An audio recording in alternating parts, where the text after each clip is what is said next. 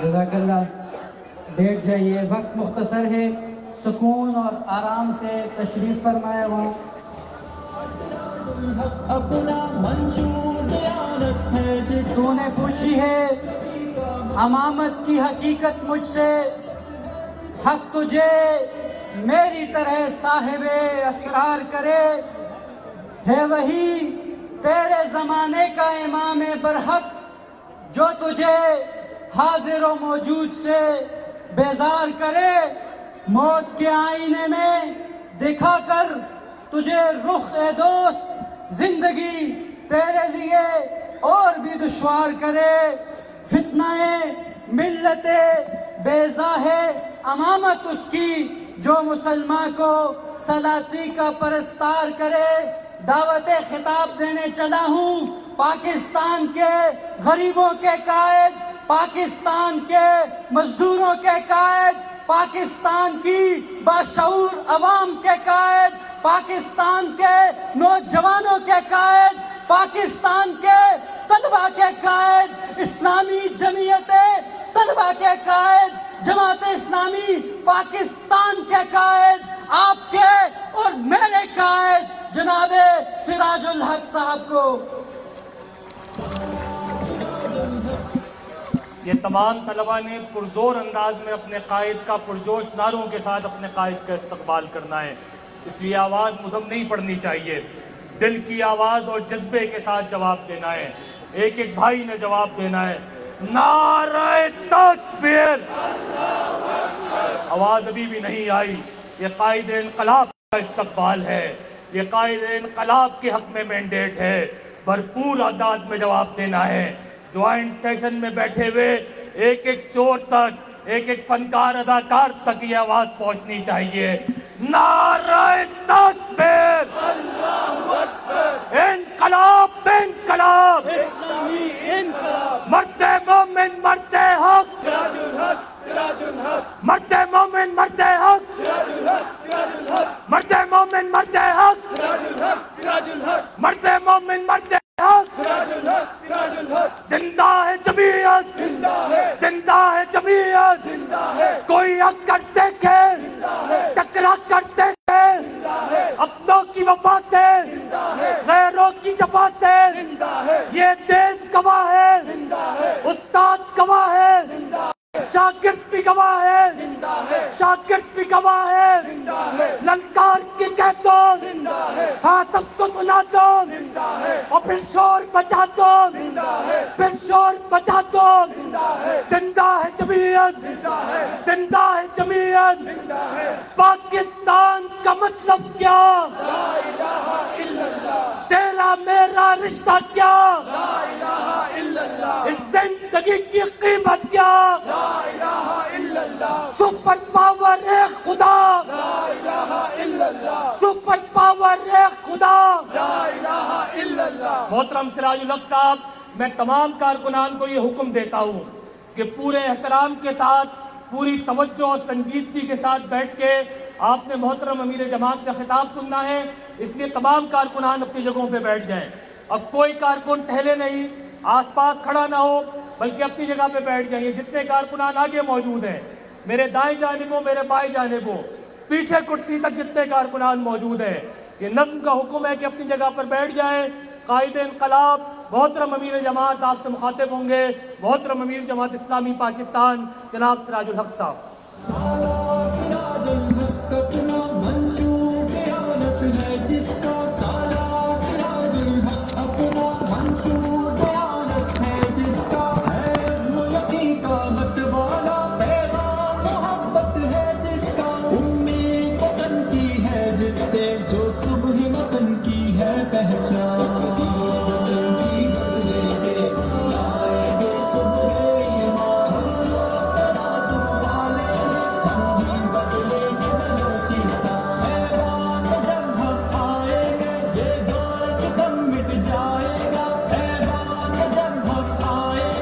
الحمدللہ رب العالمین والصلاة والسلام علی رسولہ الکریم، اما بعد فاعوذ باللہ من الشیطان الرجیم، بسم اللہ الرحمن الرحیم، ان اللہ لا یغیر ما بقوم حتی یغیر ما بانفسہم، صدق اللہ العظیم۔ میرے ہاتھ میں قلم ہے، میرے ذہن میں اجالا، مجھے کیا دبا سکے گا کوئی ظلمتوں کا پالا۔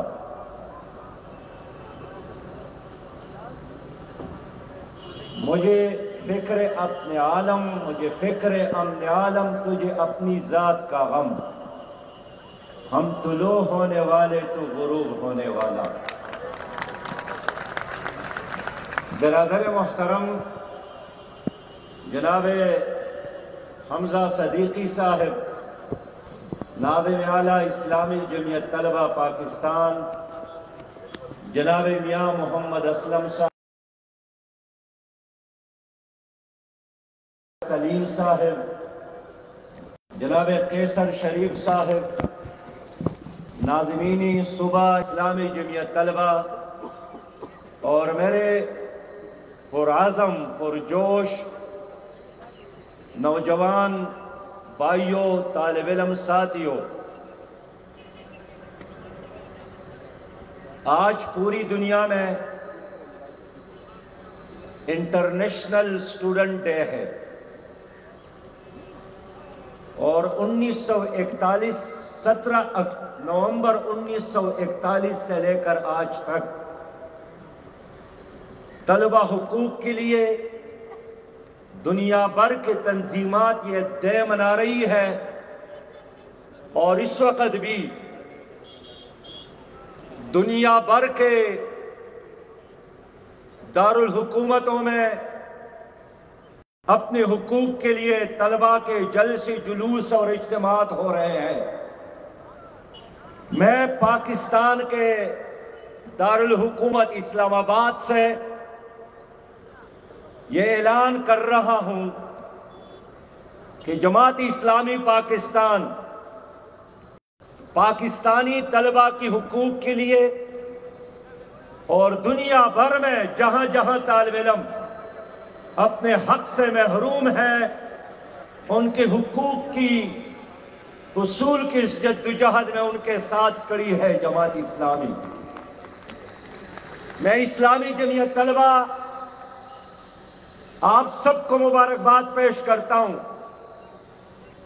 کہ آپ لوگ آج صرف اپنے حقوق کے لیے اسلام آباد نہیں آئے ہیں، بلکہ آپ لوگ آج اسلام آباد میں جمع ہیں تو پاکستان کے کروڑوں غریب ماں اور باپ والدین کے حقوق کے لیے بھی جمع ہیں۔ وہ غریب والدین جو اپنے بچوں کو پڑھانا چاہتے تھے، لیکن غربت اور مہنگائی اور حکومت کی غلط پالیسیوں کی وجہ سے ان کے جگر گوشے یونیورسٹیوں میں جانے سے محروم رہے، کالج میں داخلے سے محروم رہے، اسکول کے دروازے میں قدم رکھنے سے محروم رہے۔ تو آج میں ناظم اعلیٰ جمعیت کو اور آپ تمام طلباء کو مبارکباد پیش کرتا ہوں کہ آپ صرف طلباء کی آواز اور ترجمان نہیں ہیں، اتنے بڑے عظیم تعداد میں آ کر آپ کروڑوں پاکستانیوں کی ترجمانی بھی کر رہے ہیں۔ میرے بھائیوں، مجھے خوشی ہے کہ آج میں شاہین صفت نوجوانوں سے مخاطب ہوں۔ آج میں ان نوجوانوں سے مخاطب ہوں جن کو اقبال نے شاہین کہا تھا اور ستاروں پر کمن ڈالنے کا ہدف دیا تھا۔ آج جذبوں کا ایک سمندر میرے سامنے موجود ہے اور علمی دنیا کے یہ چاند، سورج اور ستارے آج میرے سامنے موجود ہے۔ میرے لیے آج کا یہ اجتماع مجھ سے چند گز کے فاصلے پر ایک اور ایکٹ بھی ہو رہا ہے، جوائنٹ سیشن۔ اس طرح ہزار جوائنٹ سیشن سے بہتر نظر آ رہا ہے کہ آپ کے ماتھے پر روشنی ہے، آپ قوم کا مستقبل ہے، اور آپ میں سے کوئی ایسا نہیں ہے جن کے دامن پر کرپشن کا داغ ہو۔ آپ آج اسلام آباد آئے ہیں تو میں جانتا ہوں کہ آپ لوگ کس مقصد کے لیے آئے ہیں۔ کوئی نیب کا کیس نہیں ہے، کوئی قرضے کی حصول کا مطالبہ نہیں ہے۔ میرے یہ نوجوان اپنی ریاست اور اپنی حکومت اور حکمرانوں سے تعلیم کا حق مانگ رہے ہیں، وہ حق جو آئین نے دیا ہے، وہ حق جو دین نے دیا ہے، وہ حق جو ہر طالب علم کا حق ہے۔ یو این او کے چارٹر میں طالب علم کا وہ حق موجود ہے۔ تو آج میرے سامنے پاکستان کے یہ ہیرے، پاکستان کے یہ موتی اور لال موجود ہے۔ میں آپ کو سلام پیش کرنے آیا ہوں۔ میں جانتا ہوں اسلامی جمعیت طلبہ کو، جنہوں نے ہمیشہ طلبہ کی حقوق کے لیے جدوجہد کی ہے۔ ماشاء اللہ کے زمانے میں جب جمعیت پر پابندی لگی، طلبہ تنظیمات پر پابندی لگی اور سارے لوگ خاموش ہو گئے، تو یہی اسلامی جمعیت طلبہ میدان میں نکلی، طلبہ حقوق کے لیے، طلبہ تنظیموں کے بحالی کے لیے جدوجہد کا اعلان کیا، ماشاء اللہ کے احکامات کو چیلنج کیا، بغاوت کا اعلان کیا۔ اور مجھے یاد ہے کہ جب طلبہ حقوق کے لیے اسلامی جمعیت طلبہ پاکستان کے سابق ناظم اعلیٰ معراج الدین خان کو کوڑوں کی سزا سنائی گئی، لیکن وہ ڈرنے والا نہیں تھا، اس نے وہ سب کچھ قبول کیا، لیکن طلبہ تنظیموں پر اور طلبہ حقوق کے خاطر جینا اور مرنا بھی قبول کیا، حکومت کے آگے نہیں جھکے۔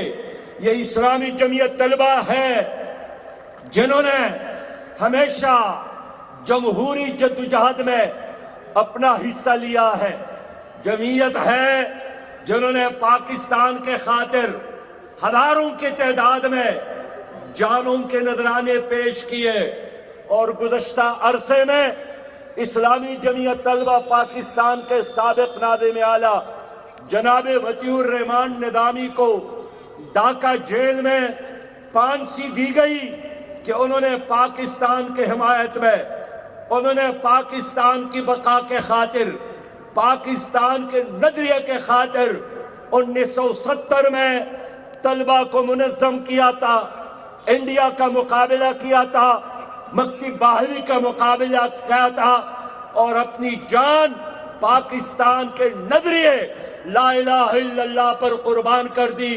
ان کی لاش ڈھاکہ جیل سے نکلی اور پھانسی پانے کے بعد بھی ان کے بچوں نے کہا کہ ہمیں اپنی باپ کی شہادت پر فخر ہے کہ انہوں نے لا الہ الا اللہ محمد الرسول اللہ کے نام پر قربانی دی۔ میرے پیارے بھائیوں، یہ اسلامی جمعیت طلبہ ہے جنہوں نے ختم نبوت کی تحریک میں ہراول دستے کا کردار ادا کیا۔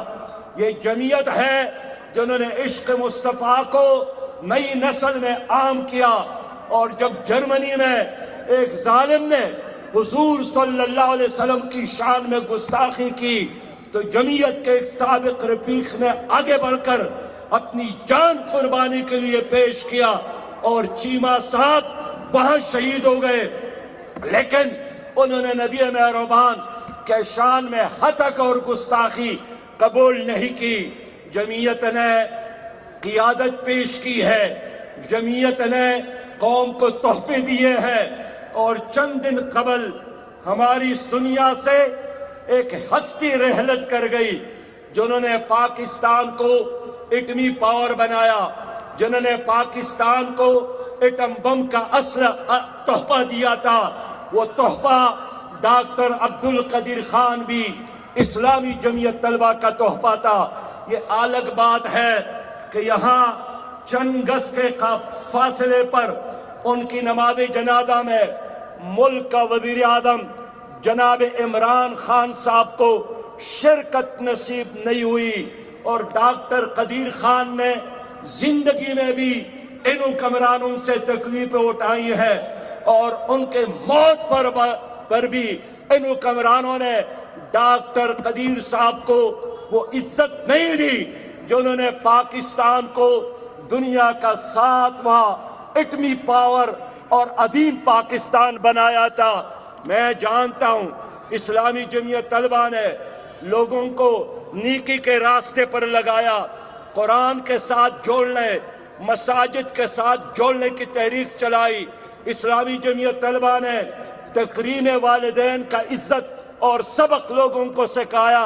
اسلامی جمعیت طلبہ نے تکریم اساتذہ کا سبق لوگوں کو دیا، اور یہ اسلامی جمعیت طلبہ ہے جنہوں نے ہر سال پاکستان کی سوسائٹی کو 18 سے زیادہ پی ایچ ڈی اسکالرز دیے ہیں، اور اس وقت بھی اس ملک میں 1400 پی ایچ ڈی اسکالرز وہ ہیں جنہوں نے اسلامی جمعیت طلبہ کے آغوش میں تربیت حاصل کی ہے، اور آج ہر ادارے میں وہ چراغ روشن کی طرح موجود ہے۔ میرے دوستو، آج یہ کامیاب کنونشن، اس پر میں ایک بار پھر آپ کو مبارکباد پیش کرتا ہوں، لیکن میں حکمرانوں سے کہنا چاہتا ہوں کہ یہ طلبہ آج کیوں یہاں آئے ہیں؟ یہاں لاہور سے آئے ہیں، دیر سے آئے ہیں، چترال سے آئے ہیں، پشاور سے آئے ہیں، گجرات اور سرگودا اور پنڈی سے آئے ہیں۔ یہ کیا مانگتے ہیں؟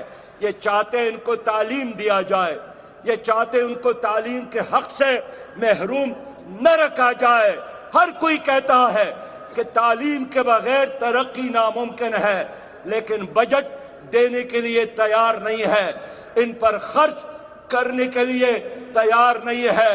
حضور صلی اللہ علیہ وسلم نے مسجد نبوی کے بعد سب سے پہلا کام یہی کیا تھا کہ اس میں یونیورسٹی بنائی، اور جس نے پہلا ایڈمیشن اور داخلہ لیا اس کو اصحاب صفہ کا نام دیا گیا۔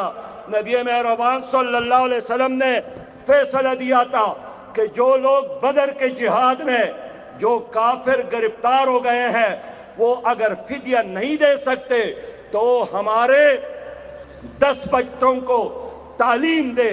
تو اسلام ہمیں حکم دیتا ہے کہ تعلیم حاصل، علم حاصل کرو، تعلیم پر خرچ کرو۔ والدین کی ذمہ داری ہے، ریاست کی ذمہ داری ہے، حکومت کی ذمہ داری ہے کہ تعلیم پر توجہ دے، لیکن مجھے افسوس ہے کہ ہماری قوم، ہماری ریاست، ہماری حکومت نے اس شعبے کو اگنور کیا ہے، تباہ کیا ہے۔ میں ایک بار پھر سمجھانے کی کوشش کرتا ہوں کہ قوم بندوق سے ترقی نہیں کرتی، قوم ایٹم بم سے ترقی نہیں کرتی۔ یہ ایٹم بم اور یہ بندوق تو رشیا کے ساتھ موجود تھا لیکن وہ شکست سے نہیں بچ سکے۔ قوم ترقی کرتی ہے، قوم آگے بڑھتی ہے تعلیم سے، ٹیکنالوجی سے، لیکن آج ہماری حکومت ہے جو سالانہ بجٹ میں صرف 2.6% تعلیم کے لیے رکھتی ہے۔ افغانستان سے بھی کم پیسہ، سری لنکا سے بھی کم، بھوٹان سے بھی کم، نیپال سے بھی کم، بنگلہ دیش سے بھی کم اور ہندوستان سے بھی کم۔ میں اس لیے حیران ہوں کہ یہ کیسی حکومت ہے جو دفاع پر خرچ کرتی ہے لیکن تعلیم پر خرچ نہیں کرتی، اور یہی وجہ ہے کہ آج سب کچھ ہونے کے باوجود بھی پاکستان ترقی نہیں کر سکا۔ ہمارا پاسپورٹ دنیا میں کمزور ترین 5 پاسپورٹوں میں شامل ہو گیا۔ آج دنیا کے 182 ممالک میں انوائرمنٹ کے بدتری کے لحاظ سے پاکستان 128ویں نمبر پر ہے، اس لیے کہ یہاں تعلیم نہیں ہے۔ آج ہمارا مطالبہ ہے کہ تعلیم کے بجٹ کو 5% تک بڑھایا جائے اور تعلیمی کرپشن کا خاتمہ کیا جائے، فیسوں میں کمی کی جائے، اور تعلیم پر اس حکومت نے جو ظالمانہ ٹیکسز لگائے ہیں تعلیم پر وہ ٹیکس ختم کیا جائے۔ اب تو کتاب کو ہاتھ لگانا مشکل ہے، لائبریری میں 5 منٹ بیٹھنا ناممکن ہو گیا ہے۔ NTS کے نام پر طالب علموں کو لوٹا جا رہا ہے، داخلہ فارم پر فیس ہے، طالب علم کو لوٹا جا رہا ہے، میڈیکل کالج میں داخلے کا فیس طالب علم کو لوٹا جا رہا ہے۔ صبح کے وقت آپ پڑھے، شام کے وقت پڑھے، پھر کہتے ہیں کہ سیلف فائنانس اسکیم کے تحت آپ کو شام کے وقت بیٹھنا چاہیے۔ تو کہ ایک طالب علم جس کو سرکاری تعلیمی ادارے میں صبح کے وقت جانا نصیب نہ ہو اور شام کے وقت جانا ان کا ضروری ہو، تو پھر آپ کیسے اس کو نچوڑتے ہیں؟ کیا وہ پاکستانی نہیں ہے؟ کیا اس کے جیب میں پاکستان کا شناختی کارڈ نہیں ہے؟ لیکن لوٹنے کا ایک انداز ہے۔ جیسے ہی آپ تعلیمی ادارے میں قدم رکھتے ہیں وہاں میٹر سٹارٹ ہوتا ہے، اور اب حیران ہے ہمارے بزرگ کہ بچوں کو کھانا کھلائے یا ان کے ہاتھ میں کتاب اور قلم تھمائے۔ سچی بات یہ ہے کہ جینا بھی مشکل ہو گیا ہے، پڑھنا بھی مشکل ہو گیا ہے، آگے بڑھنا بھی مشکل ہو گیا ہے۔ میرے پیارے بھائیوں، آج طبقات نظام تعلیم ہے پاکستان میں، 1 نہیں 2 پاکستان بنائے گئے ہیں۔ امیروں کے لیے علیحدہ تعلیمی ادارے، غریبوں کے لیے علیحدہ تعلیمی ادارے، امیروں کے لیے علیحدہ ہسپتال، غریبوں کے لیے علیحدہ ہسپتال، امیروں کے لیے علیحدہ گراؤنڈ، غریبوں کے لیے علیحدہ گراؤنڈ، امیروں کے لیے بھی شہر علیحدہ ہو گئے، غریبوں کے لیے بھی شہر علیحدہ ہو گئے۔ ہم یہ 2 پاکستان نہیں مانتے، ہم ایک پاکستان کی بات کرتے ہیں۔ میرے پیارے بھائیوں اور دوستوں، آج میں پارلیمنٹ کے پاس کھڑا ہوں اور عمران خان موجود ہے اور جناب بلاول صاحب بھی موجود ہے۔ میں عمران خان سے کہنا چاہتا ہوں کہ جب آپ کہتے ہیں کہ میں یوتھ میں بہت مقبول ہوں، جب آپ کہتے ہیں کہ نئی نسل آپ کے ساتھ ہے، تو میں چیلنج کرتا ہوں کہ آپ آج اس جوائنٹ سیشن میں طلبہ یونین کی بحالی کا اعلان کریں تاکہ دودھ کا دودھ اور پانی پانی ہو جائے۔ میں پیپل پارٹی سے بھی کہتا ہوں کہ سندھ میں آپ کی حکومت ہے، اگر طلبہ نوجوان آپ کے ساتھ ہے تو کراچی یونیورسٹی میں، سکر یونیورسٹی میں، حیدرآباد یونیورسٹی میں، کالجز میں یونین کے بحالی کا اعلان کرے تاکہ نئی نسل آپ کو آئینہ دکھائیں کہ آج نئی نسل میں تمہاری وقت کیا ہے اور تمہاری حیثیت کیا ہے۔ میرے دوستو، میرے بھائیوں، پاکستان کسی جرنیل نے نہیں بنایا، پاکستان ایک جمہوری پروسیس میں بنا ہے۔ اور اس ملک کی ترقی کا دار و مدار آج بھی حقیقی جمہوریت میں ہے۔ تو اگر ڈاکٹرز تنظیم بنا سکتے ہیں، تاجر بنا سکتے ہیں، ڈرائیور بنا سکتے ہیں، تو آپ نے طلبہ کو کیوں اپنی اس درینہ حق سے محروم رکھا ہے؟ مجھے افسوس ہے، پیپلز پارٹی نے وعدہ کیا یونین کے بحالی کا، نواز شریف صاحب نے وعدہ کیا تھا یونین کے بحالی کا، عمران خان نے وعدہ کیا تھا یونین کے بحالی کا، لیکن یہ تمام پارٹیاں دغا دے گئے، بے وفائی کر گئے، اور انہوں نے یونین کو بحال نہ کر کے نوجوانوں میں اپنی شکست کا اعتراف کیا ہے۔ اس لیے نتیجہ کیا نکلا کہ یہ جو طلبہ ہے مایوس ہو گئے، اور خود عمران خان صاحب نے اعتراف کیا ہے کہ آج نوجوان مایوس ہے۔ 70 لاکھ سے زیادہ نوجوان اس وقت نشے کے شکار ہو گئے۔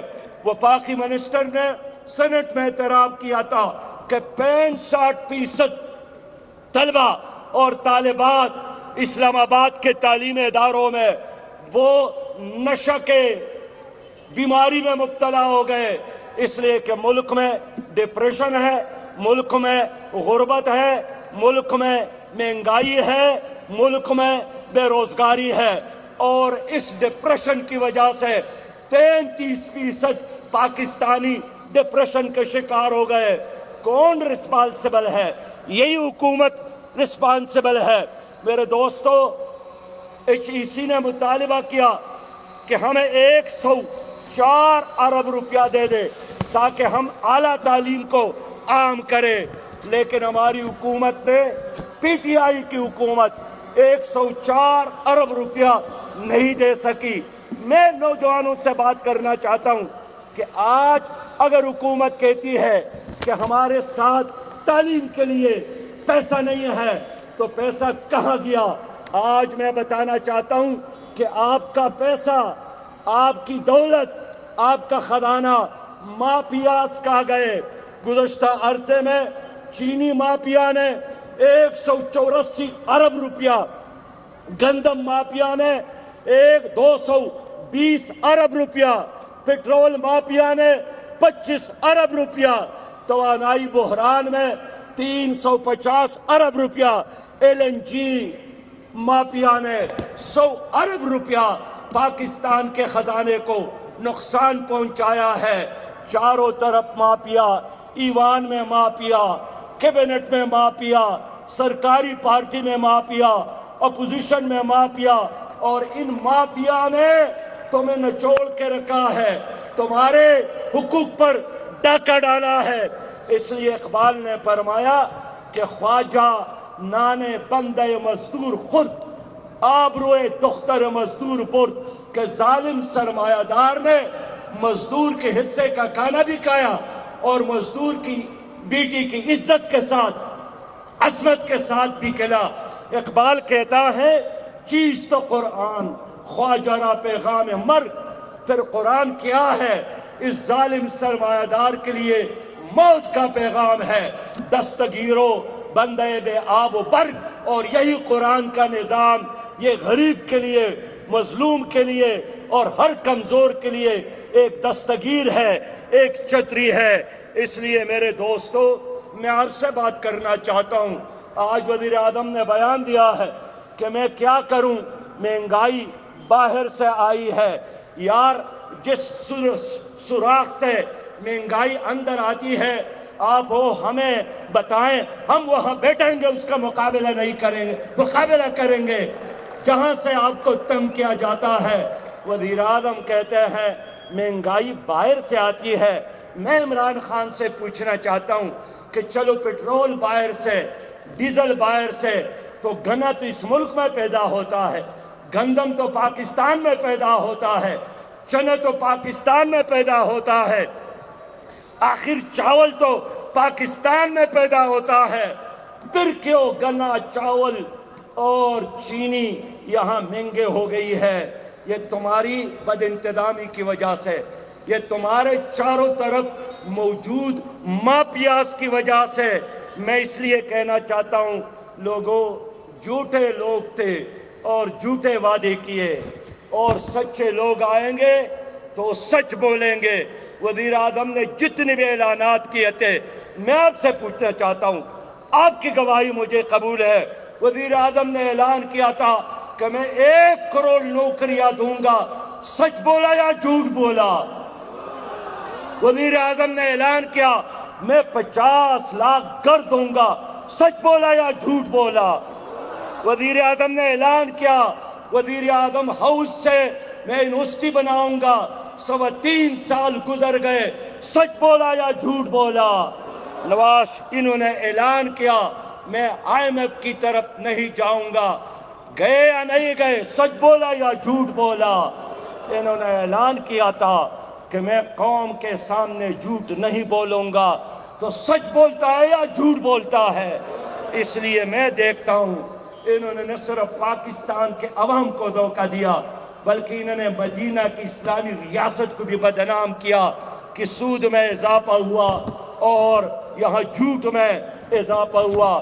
یہ ظالم حکومت ہے، یہ سپریم کورٹ کے حکم کو بھی نہیں مانتی، یہ آئین کو بھی نہیں مانتی کہ آئین کا بھی تقاضا ہے اور سپریم کورٹ کا بھی حکم ہے کہ آئندہ کے لیے CSS کے امتحانات، مقابلے کے امتحانات انگریزی کے ساتھ اردو میں شروع کیا جائے، تاکہ دینی مدارس کے 31 لاکھ طلبہ بھی CSS کے ایگزام میں حصہ لے۔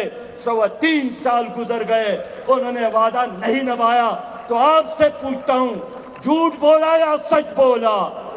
جھوٹ بولا یا سچ بولا؟ میرے دوستو، میں اس لیے کہنا چاہتا ہوں کہ میرے پیارے بھائی، اب کرنا کیا چاہتے ہیں؟ ان سے پوچھنے کی ضرورت ہے۔ آپ نے اعلان کیا تھا میں کارخانے لگاؤں گا، بھول گئے؟ کارخانوں کے بجائے انہوں نے لنگر خانے بنائے۔ تو نوجوانوں، آپ سے پوچھنا چاہتا ہوں، آپ کو کارخانے چاہیے یا لنگر خانے چاہیے؟ لنگر خانے چاہیے؟ زور سے بولے۔ کارخانے چاہیے۔ تو کارخانے کیسے بنیں گے؟ انہوں نے تو ابتدائی سے مرغیاں اٹھا کر، انڈے لے کر نوجوانوں کے ہاتھ میں تھمائے، اور جن نوجوانوں کو مرغی مل گئی 6 مہینے بعد پتہ چلا کہ وہ مرغی بھی نہیں تھا، وہ مرغا تھا، تو انڈے دینے کے قابل بھی نہیں تھے۔ اس لیے آج اس ایوان میں آپ کی بات نہیں ہو رہی ہے، عوام کی بات نہیں ہو رہی ہے، عافیہ کے رہائی کی بات نہیں ہو رہی ہے، مظلوموں کی بات نہیں ہو رہی ہے، کسانوں کی بات نہیں ہو رہی ہے، مفادات کی بات ہو رہی ہے، نیب کی بات ہو رہی ہے۔ اور میں سپریم کورٹ کی اس فیصلے اور اس ریمارک کے ساتھ ہوں کہ اگر صحیح 62-63 پر عمل ہوا تو جو لوگ ایوانوں میں بیٹھے ہیں یہ سب اڈیالہ جیل جائیں گے۔ انہوں نے پاکستان کو لوٹا ہے، انہوں نے آپ کے اداروں کو لوٹا ہے، انہوں نے آپ کے PTCL کو ناکام بنایا، انہوں نے آپ کے اسٹیل مل کو ناکام بنایا، انہوں نے آپ کے PIA کو ناکام بنایا، انہوں نے آپ کے ریلوے کو ناکام بنایا۔ آج ایوان میں کون موجود ہے؟ پیپلز پارٹی والے ہیں، مسلم لیگ والے ہیں، PTI والے ہیں۔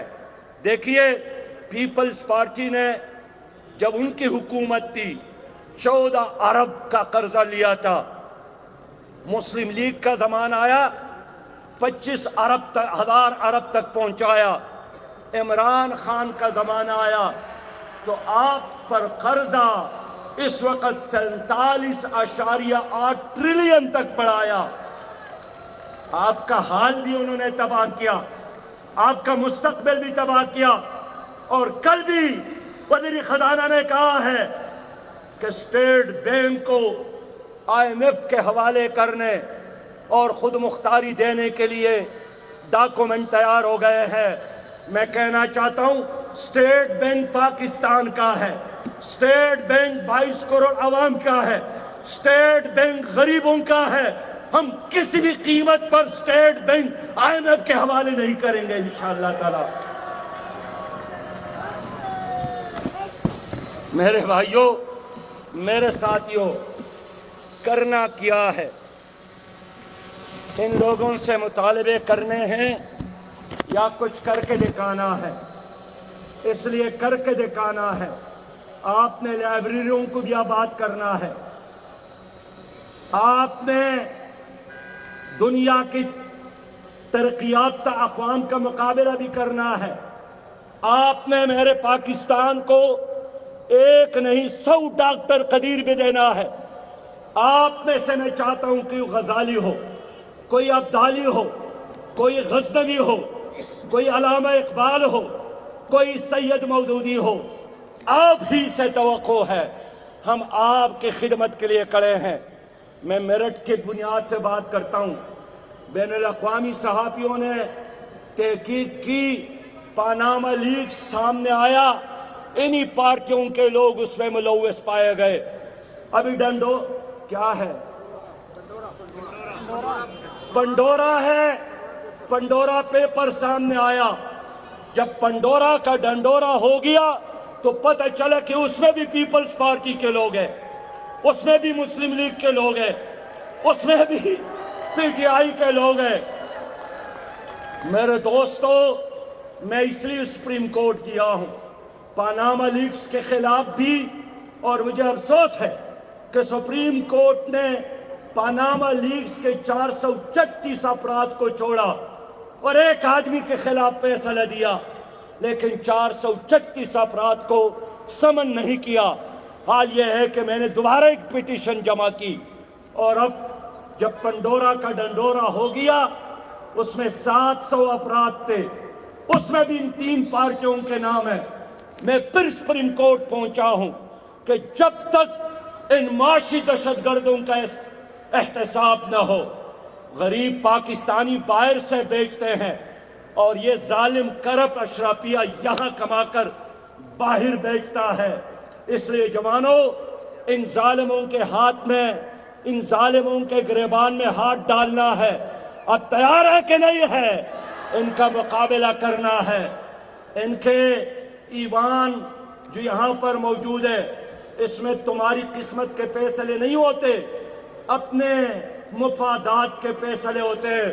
کل خیبر پختونخوا کی کمیٹی نے سفارش کی کہ اسمبلی ممبران کے تنخواہوں میں، الاؤنسز میں 25% اضافہ کیا جائے۔